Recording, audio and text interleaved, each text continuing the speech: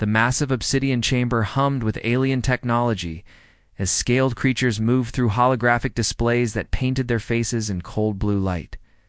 Commander Zixel's clawed fingers danced across the control surface, manipulating three-dimensional images of a small blue planet spinning slowly in the void. "Look at this pathetic world," he said, his voice carrying the arrogance of a predator sizing up weak prey. His mandibles clicked together in what passed for laughter among his species. "They call it Earth. These creatures barely know how to leave their own atmosphere." The data streams flowed across the chamber's walls, showing crude rocket ships belching fire and smoke as they struggled against gravity. Admiral Kreeth approached, her crystalline eyes catching the light as she studied the primitive vessels with obvious disdain. "Their fastest ships move like wounded insects," she observed, her voice sharp with contempt. "Chemical propulsion systems that our ancestors abandoned millennia ago. They have managed to place some basic communication satellites in orbit, but nothing that could threaten even our smallest scout ship." The intelligence reports painted a picture of a world filled with backwards beings, still fought each other with metal projectiles and explosive devices. Their most powerful weapons were crude nuclear bombs that could barely crack a planet's surface. The Velteran Empire had conquered hundreds of worlds, and Earth appeared to be one of the easiest targets they had ever encountered. The inhabitants call themselves humans, Zixel continued, zooming in on images of the bipedal creatures going about their daily lives. "Our xenobiologists have studied their behavior patterns. They show moderate aggression toward their own kind, but lack the technological advancement to pose any real threat. We estimate they are at least 3 centuries behind our current capabilities." Far below on the planet's surface, hidden beneath layers of rock and steel, a different kind of preparation was taking place. General Kim Daeho sat in a chair that had been his second home for the past 6 months.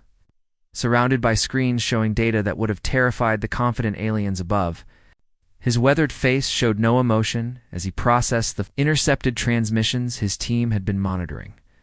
The general had spent 40 years in military service, rising through the ranks not through politics, but through an uncanny ability to see threats before they materialized.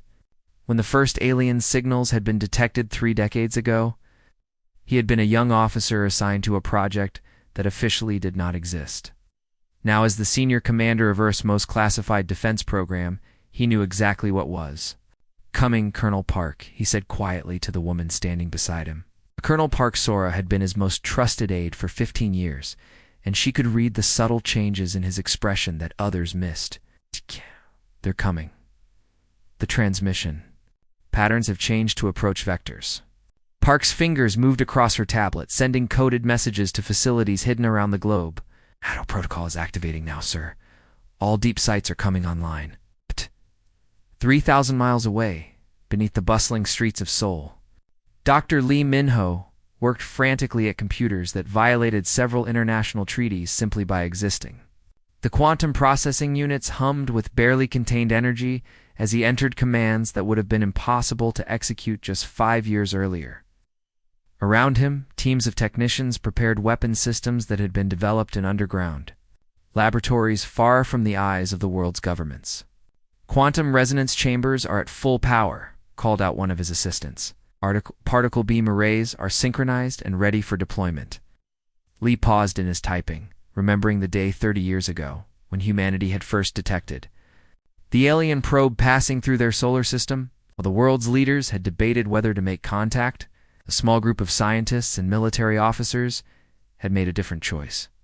They had decided to prepare for the day when contact would not be humanity's decision to make, above Earth's atmosphere. The Velteran fleet moved with the lazy confidence of apex predators. 3 massive dreadnoughts, each the size of a small city, led a formation of 50 support vessels. Their energy shields shimmered with power that could deflect asteroid impacts, and their weapon systems could reduce continents to glass.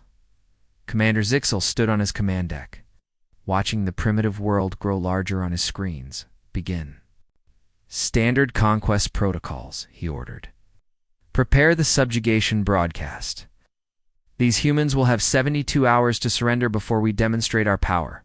The alien fleet had no way of knowing that every movement they made was being tracked by sensors they could not detect.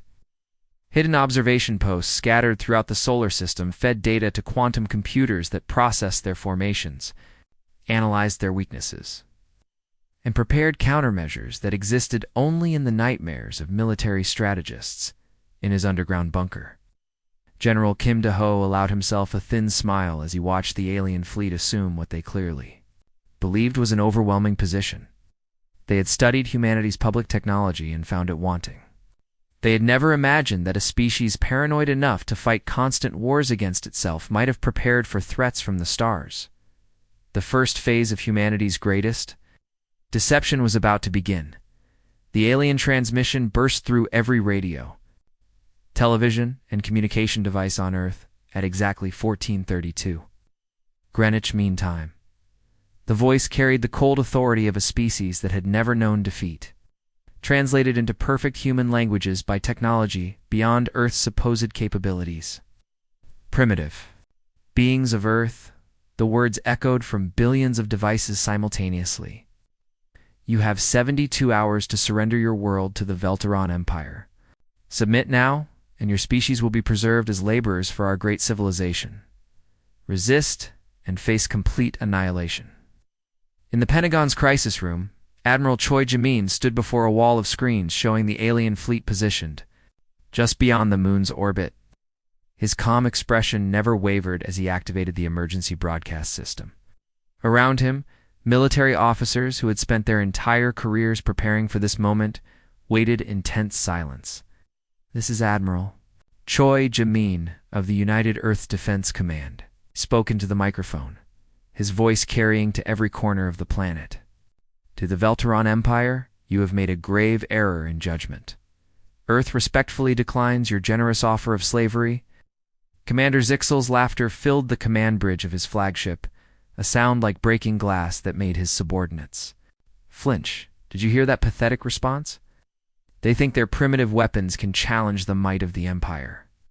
These humans amuse me." The alien commander watched through his sensors as panicked communications flooded Earth's networks.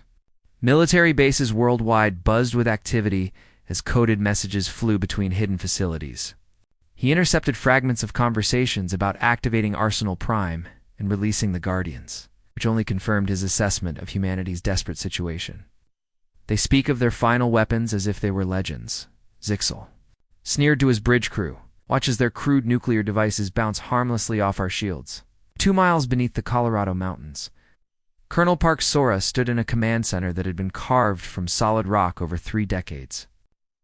Banks of quantum computers hummed around her, their processing power focused on calculations that would have been impossible just years earlier. Her fingers moved across holographic displays as she coordinated with similar facilities on every continent. "All units. This is Control Prime," she spoke into her headset. "Commence Operation Wildfire. Show them what we've really been building." The first launches began simultaneously from 6 continents. What appeared to be simple missile silos hidden in remote locations opened to reveal weapons that defied everything the aliens thought they knew about human technology. Sleek projectiles emerged not with the familiar roar of chemical rockets, but with the silent grace of devices that had mastered physics the Velteron Empire considered advanced. Admiral Zixel's amusement turned to confusion as his sensors detected the incoming weapons. "What are these projectiles?" "They show no energy signatures consistent with primitive propulsion systems." His tactical officer's voice carried uncertainty for the first time in decades. "Commander, these missiles are not following ballistic trajectories. They appear to be maneuvering independently through space. The plasma-guided interceptors move through the void with impossible precision, their quantum phase technology allowing them to pass through energy barriers as if they were nothing more than colored light." Each missile had been programmed with detailed schematics of Velteron ship designs, information gathered from 30 years of secretly studying crashed alien probes. "Impossible readings, sir," the tactical officer reported, panic creeping into his voice. "The projectiles are phasing through our shields without any energy displacement." Commander Zixel watched in growing horror as the human weapons struck. His escort vessels with surgical precision, instead of crude explosions. The missiles delivered focused energy bursts that targeted specific systems with knowledge that should not have existed. Weapon arrays went silent, shield generators overloaded, and propulsion systems flickered offline. "How can primitives possess quantum phase technology?" he roared, his claws digging into the command console. "Our intelligence reports showed only chemical propulsion and basic electronics." In his underground laboratory beneath Seoul, Dr. Lee, Minho monitored the attack through sensors that had been tracking the alien fleet since it entered the solar system. His weathered face showed grim satisfaction as weapon systems he had spent decades perfecting performed exactly as designed. "Phase variance is holding at optimal levels," he reported to his team. "Their shields are designed to stop energy weapons, not quantum tunneling projectiles."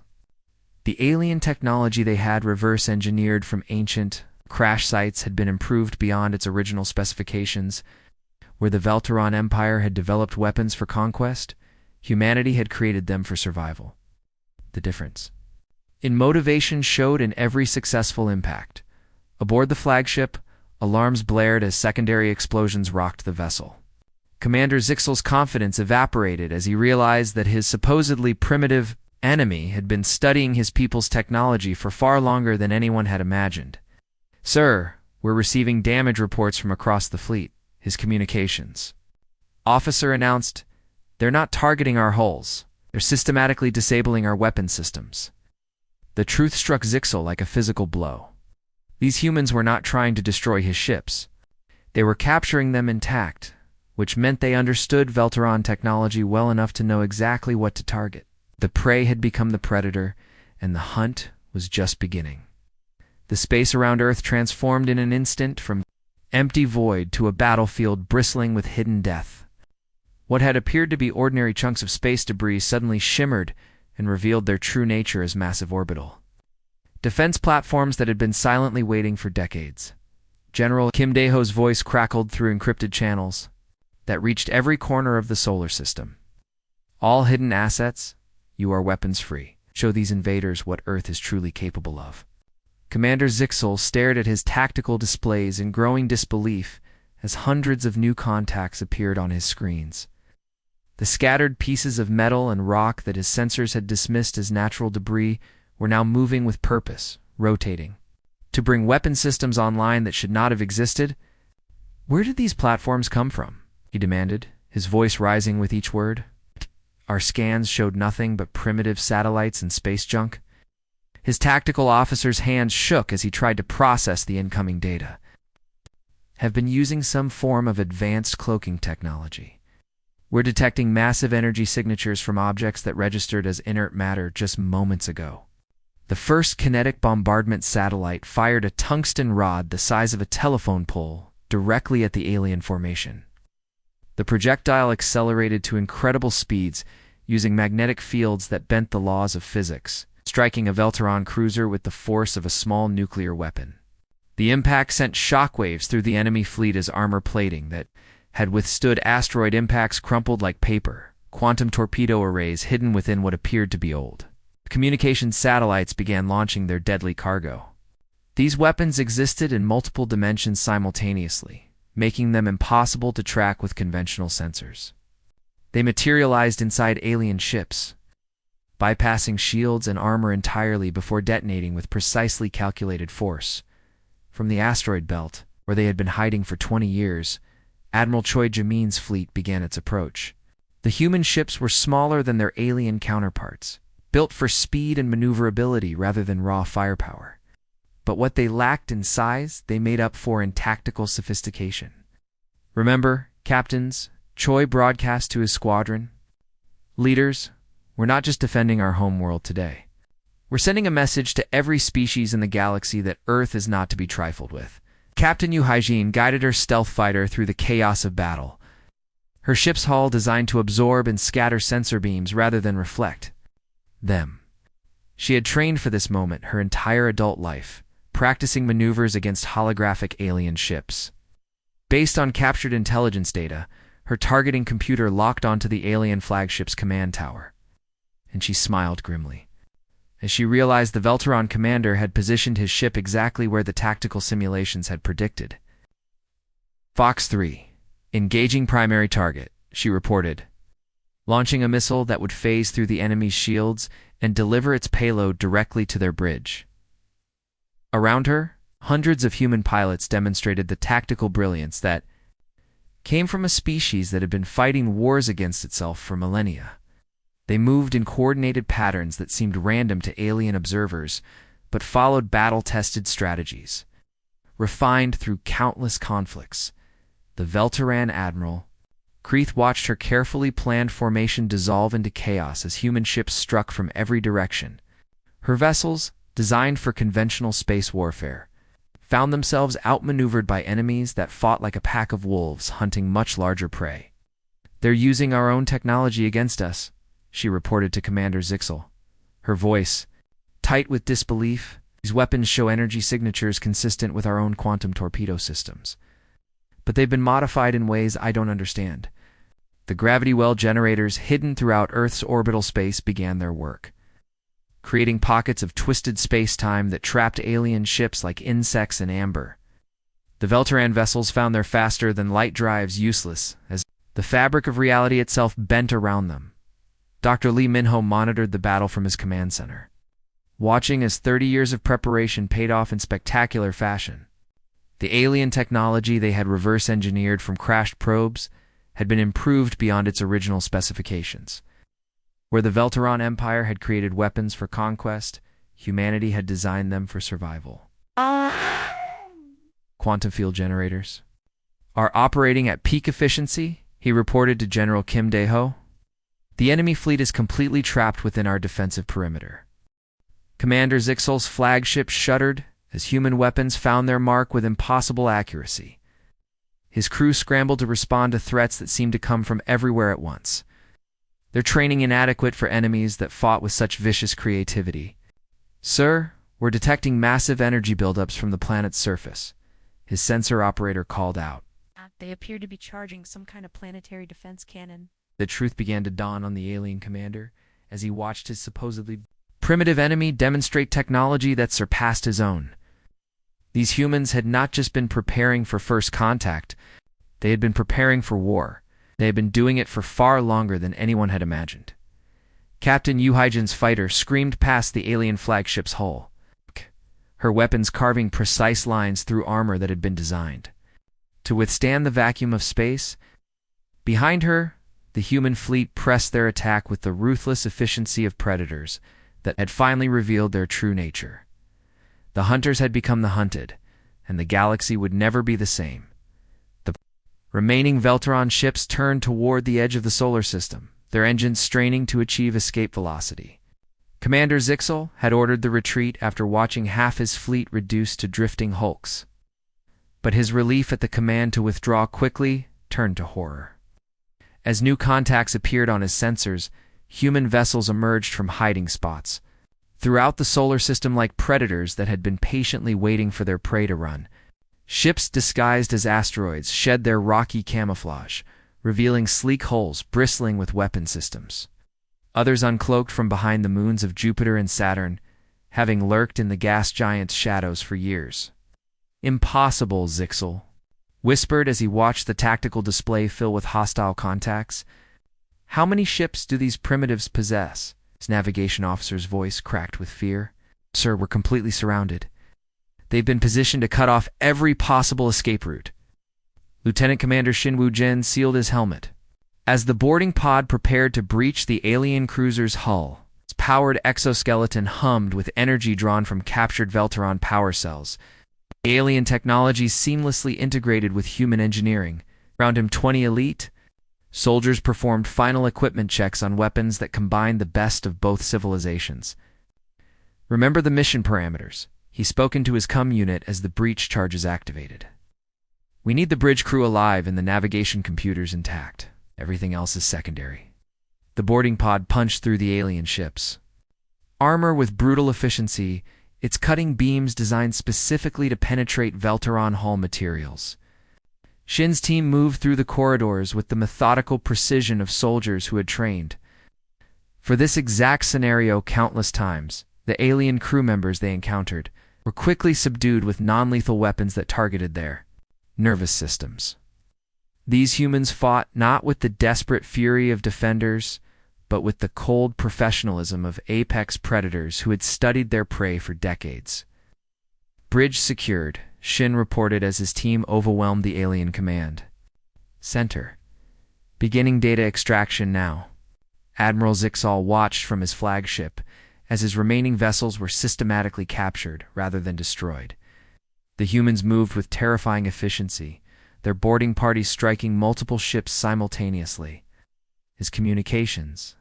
Officer intercepted transmissions between the human teams, and the casual confidence in their voices chilled him to his core. They're not just defeating us, he realized aloud. They're harvesting our technology. Dr. Lee Minho's voice suddenly filled the alien communication channels, speaking in perfect Velteran through systems that should have been impossible for humans to access. Attention, Imperial fleet. We've been monitoring your transmissions for 30 years. We know your weaknesses better than you do. The alien commander's blood ran cold as he realized the implications. These humans had been studying his people since before first contact, learning their language, their technology, their military tactics. Every piece of debris from crashed probes had been analyzed, every intercepted signal decoded and studied. Your shield frequencies operate on predictable rotation patterns, Dr. Lee continued, his voice carrying across the void with scientific certainty. Your weapon systems have a 0.7-second delay between firing cycles. Your faster-than-light drives create distinctive gravitational signatures that we've been tracking since you entered our solar system. The few remaining Imperial ships found themselves caught in artificial gravity wells that made escape impossible. The human vessels surrounding them moved with coordinated precision, their formation resembling a pack of wolves herding much larger prey toward inevitable capture. Captain Yu, Hygen's fighter squadron, executed a perfect pincer movement, forcing the alien ships toward the waiting gravity traps. Her pilots communicated through encrypted channels that changed frequencies every few seconds, making it impossible for the aliens to intercept their tactical discussions. Alpha Squadron, maintain pressure from the starboard side, she commanded. Beta Squadron, close the trap from below. Don't let any of them reach the outer system. The human pilots moved with an efficiency that spoke of extensive practice against exactly this type of enemy. They had run these scenarios thousands of times in simulators built from captured alien technology, perfecting their tactics until they could execute them flawlessly under combat conditions. Admiral Zixal watched his proud fleet reduced to a handful of trapped vessels surrounded by enemies that seemed to anticipate his every move. His tactical displays showed human ships positioning themselves with mathematical precision, cutting off every possible escape route with moves that had clearly been planned years in advance. Sir, they're jamming our distress signals, his communications officer reported. We cannot contact the Empire. The alien commander realized that even if some of his ships escaped, the humans had already won a far greater victory. They had captured intact Velteron vessels, along with their crews, their technology, and their military intelligence. This primitive world had not just defended itself, it had turned the invasion into a trap. For the first time in his long military career, Admiral Zixal understood what it meant to be truly outmatched. His enemy had not simply been more powerful, it had been more intelligent, more prepared, and more ruthless than anything the Empire had ever encountered. The hunters had become the hunted, and there would be no mercy from the pack that had been waiting in the shadows for 30 years. The massive council chamber on Nexus Prime had never hosted such a tense gathering. Representatives from 47 different species filled the crystalline amphitheater, their varied forms creating a rainbow of colors and shapes that normally symbolized galactic unity. However, the atmosphere crackled with fear and uncertainty as they awaited the arrival of the galaxy's newest and most dangerous member. Admiral Choi Jamin's ship appeared in the system exactly on schedule, its sleek hull gleaming with modifications that made the assembled dignitaries shift nervously in their seats.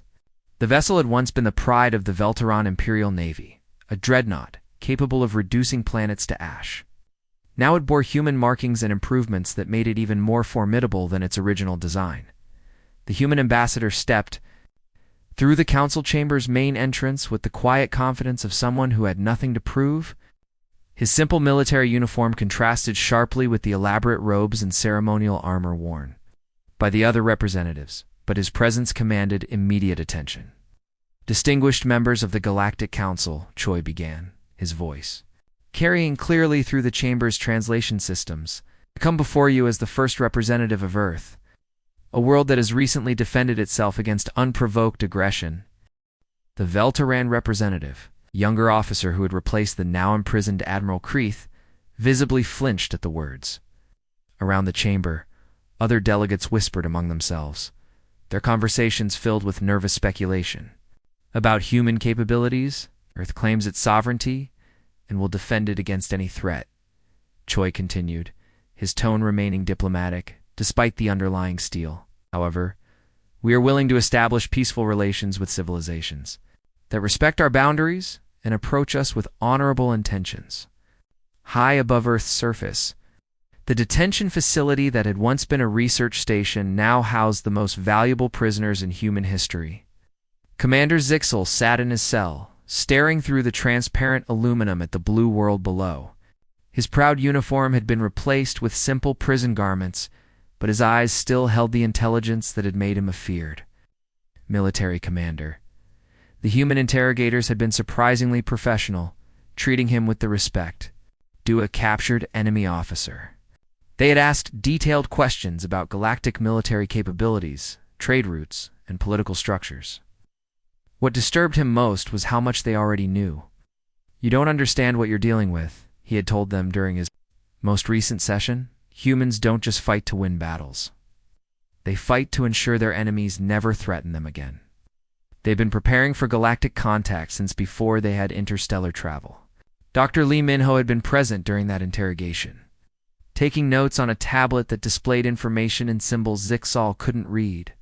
The human scientist had listened with the patience of someone gathering intelligence for purposes the alien commander didn't want to imagine. "Your species has been watching us for 30 years, Lee had replied. "Did you think we weren't watching you in return?" Back in the council chamber, the recorded message from Commander Zixel played. On the main display, his words carried the weight of someone who had experienced human capabilities firsthand, and the assembled delegates listened with growing unease. "They captured our entire invasion fleet," his image continued. "Not destroyed, captured. They studied our technology, improved it, and turned it against us. These humans are not just another species seeking membership in our community. They are predators who have been disguised as prey." General Kim Dae-ho watched the proceedings from his command center deep beneath the Colorado mountains. Around him, massive screens showed data streams from across the galaxy as human intelligence networks, built from captured alien technology, monitored the reactions of various species to Earth's emergence. "The Altarian Confederation is mobilizing their border fleets," reported Colonel Park Sora. "They're apparently concerned about human expansion into their territory." Kim nodded without taking his eyes off the council broadcast. "Mark them as a potential threat. Begin surveillance of their military installations." In orbital shipyards that had been constructed with impossible speed, human workers labored alongside robotic systems to build vessels that incorporated the best of captured alien technology. The ships taking shape in the construction bays were sleek and deadly, designed not just for exploration but for conquest if necessary. The council's debate continued for hours, with various species arguing about the implications of human membership. Some advocated for immediate military action to contain the threat, while others urged caution and diplomacy. In the end, practical considerations won out over fear. "The motion passes," announced the council's presiding officer, a ethereal being whose species had helped establish the galactic community centuries earlier. Earth is granted full membership in the Galactic Council, with all the rights and responsibilities that status entails. Admiral Choi accepted the decision with a simple nod, but his eyes held a glint that suggested he understood the true nature of the vote. The council hadn't welcomed humanity out of friendship or respect for their achievements. They had acted out of necessity, recognizing that the balance of power in the galaxy had shifted permanently. As the session concluded, and the delegates began to disperse. Secret recordings from human surveillance networks showed the true extent of Earth's preparations. Shipyards worked around the clock. Factories produced weapons that violated several galactic treaties. And research facilities developed technologies that would have been considered impossible just months earlier. The galaxy had gained a new member, but the universe would never be the same again.